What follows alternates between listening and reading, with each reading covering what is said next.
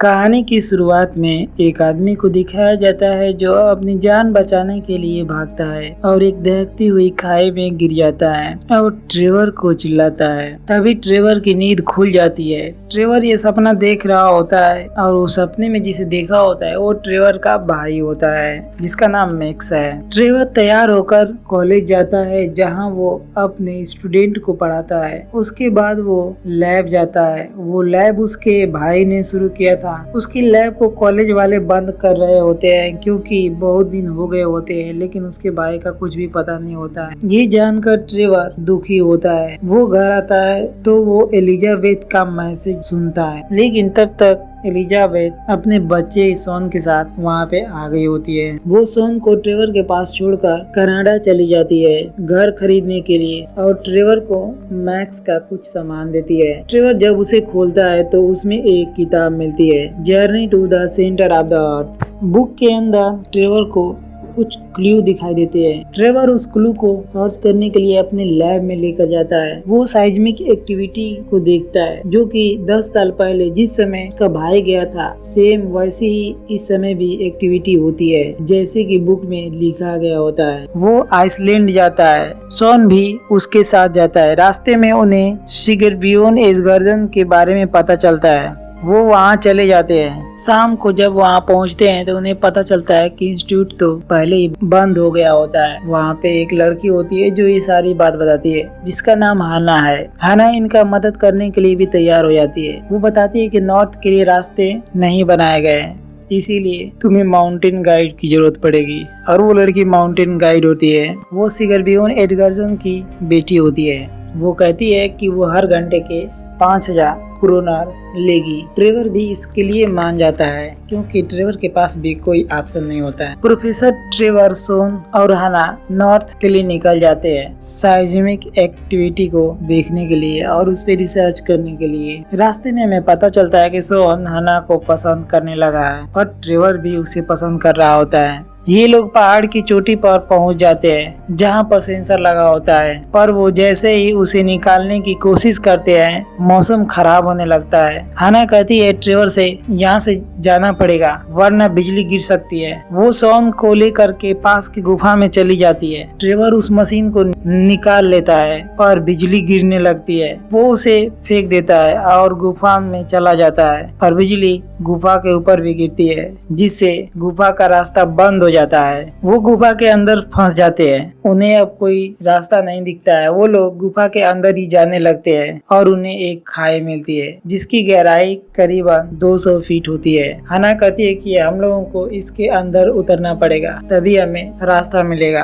और वो लोग रस्सी से उसके अंदर उतरने लगते हैं। उतरने के बाद जब वो लोग अंदर देखते हैं तो वहाँ पे एक खदान होती है जो कि 60 साल पहले बंद हो गई थी। हाना खदान के जनरेटर को स्टार्ट कर देती है और लाइट जल जाती है। वो ट्रैक से निकलने के लिए बग्गी में बैठ जाते हैं और वो अंदर जाने लगते हैं। वो रास्ते खराब होते हैं जिससे उनकी जान मरते मरते बचती है क्योंकि ट्रैक खत्म हो गया होता है। शॉन को एक और गुफा दिखाई देती है जिसके अंदर वो चला जाता है। उसके पीछे ट्रेवर और हाना भी जाते हैं। वहाँ पे उन्हें हीरे दिखाई देते हैं जो कि दीवारों में होते हैं, पर ट्रेवर समझ जाता है कि ये जगह तो वोल्केनो ट्यूब है और उससे वो लोग बाहर निकल सकते हैं। लेकिन तब तक शॉन कई हीरे निकाल चुका होता है और अपने बैग में रख रहा होता है और जिसकी वजह से कुछ अजीब इन लोगों को महसूस होता है। तब ट्रेवर और हाना समझ जाते हैं कि ये लोग जिस पे खड़े हैं वो तो मस्को वाइट है। शॉन पूछता है कि मस्को वाइट का मतलब क्या है। ट्रेवर बताता है कि मस्को वाइट का मतलब वो है जो पत्थरों की एक बहुत ही पतली परत होती है और जिस पे जरा सा भी ज्यादा वजन पड़ेगा तो वो टूट जाएगी, यानी कि वो लोग वोल्केनो ट्यूब के अंदर मस्को वाइट पे खड़े होते हैं। हाना और ट्रेवर शॉन को कहते हैं कि तुम आराम से जैसे आए थे वैसे ही निकलो, पर उसके बैग से एक हीरा नीचे गिर जाता है जिसकी वजह से मस्को वाइट में छेद हो जाता है और वो लोग मस्को वाइट की टूटने की वजह से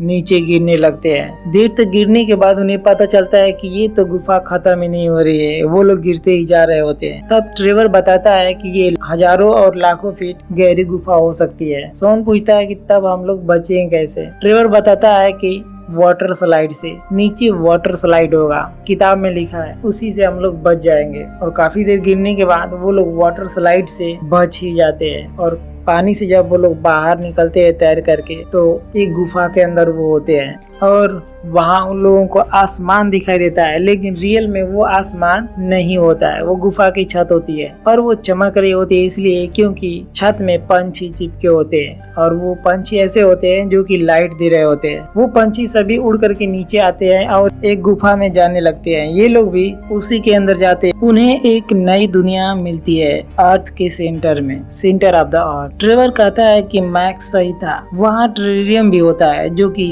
रोशनी दे रहा होता है। वहाँ ऊंचे ऊंचे झरने होते हैं, पेड़ पौधे होते हैं। लाइडेनबर्ग ने जो किताब में लिखा होता है सेम सब वैसे ही होते हैं। इन लोगों को अब पता चलता है कि लाइडेनबर्ग झूठ नहीं था, वो सच था। वहाँ बड़े बड़े मशरूम होते हैं। सॉन उस जगह को ढूंढ लेता है जहाँ मैक्स रहा करता था। वो मैक्स की अस्थियां भी ढूंढ लेते हैं। मैक्स ने एक किताब भी लिखी होती है बाहर निकलने के बारे में। उन्हें पता चल जाता है कि यहाँ तापमान ज्यादा हो जाएगा और ये लोग मर जाएंगे, इसीलिए उन्हें यहाँ से जाना होगा। उत्तरी समुद्र की तरफ एक गाइजर नदी है जिससे ये लोग बाहर निकल सकते हैं। वो नाव बनाते हैं और समुद्र के रास्ते गाइजर नदी की तरफ जाने लगते हैं। एक पंछी भी उनके साथ आने लगता है। नाव में पैराशूट बांधे होते हैं जो हवा से इन्हें उत्तर की तरफ ले जा रहा होता है और समुद्र में बारिश होने लगती है। जब ये लोग बीच में चले जाते हैं तो उनके ऊपर मछलियां भी हमला करने लगती है, पर उन्हें वो बेसबाल से मार मार करके बचने लगते हैं। उन मछलियों को समुद्र में रहने वाले बड़े बड़े जीव खाने लगते हैं और उसी समय हवा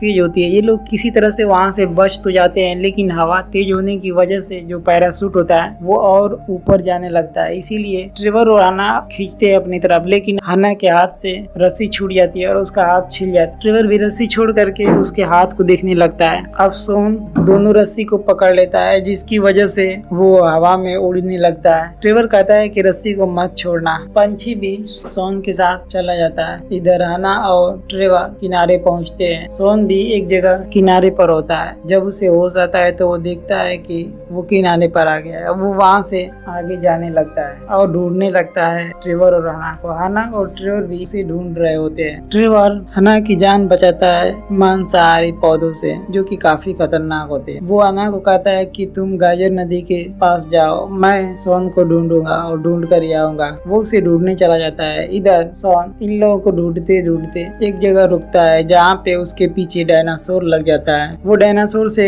जान बचाने के लिए भागता है और एक पहाड़ की गुफा के अंदर कूद जाता है, पर उसके अंदर भी डायनासोर घुस रहा होता है और इधर से ट्रेवर को सोन की आवाज सुनाई देती है। वो उसे बचाने के लिए जाता है और वो उसे बचा पाता है, लेकिन इन दोनों के पीछे अब डायनासोर लग गया होता है। ट्रेवर वहाँ पे मस्को वाइट जो होता है उसके ऊपर भागता है और सोन को कहता है कि तुम गाइजर के पास जा। डायनासोर जब इसके पीछे लग जाता है और मास्को वाइट पे चलता है तो वो मास्को वाइट टूट जाता है, जिसकी वजह से डायनासोर नीचे गिर जाता है। ट्रेवर किसी तरह से वहाँ से बच जाता है। अब सोन और ट्रेवर दोनों गाइजर के पास जाते हैं और वहाँ पे उन्हें मिलती है हन्ना जो कि एक नाव लेकर आ रही होती है। उसी नाव में बैठ करके ये लोग गाइजर में पहुंच जाते हैं, पर वहाँ पे पानी खत्म हो गया होता है। वो लोग मैग्नीशियम को जलाते हैं जिसकी वजह से दीवार से पानी गाइजर में जाता है और एक विस्फोट होता है और ये लोग वोल्केनिक ट्यूब से बाहर निकल जाते हैं। एक दूसरे देश में जाकर पहुँचते हैं जिसका नाम है इटली। वहाँ पे ट्रेवर हन्ना को किस करता है और हमें पता चलता है कि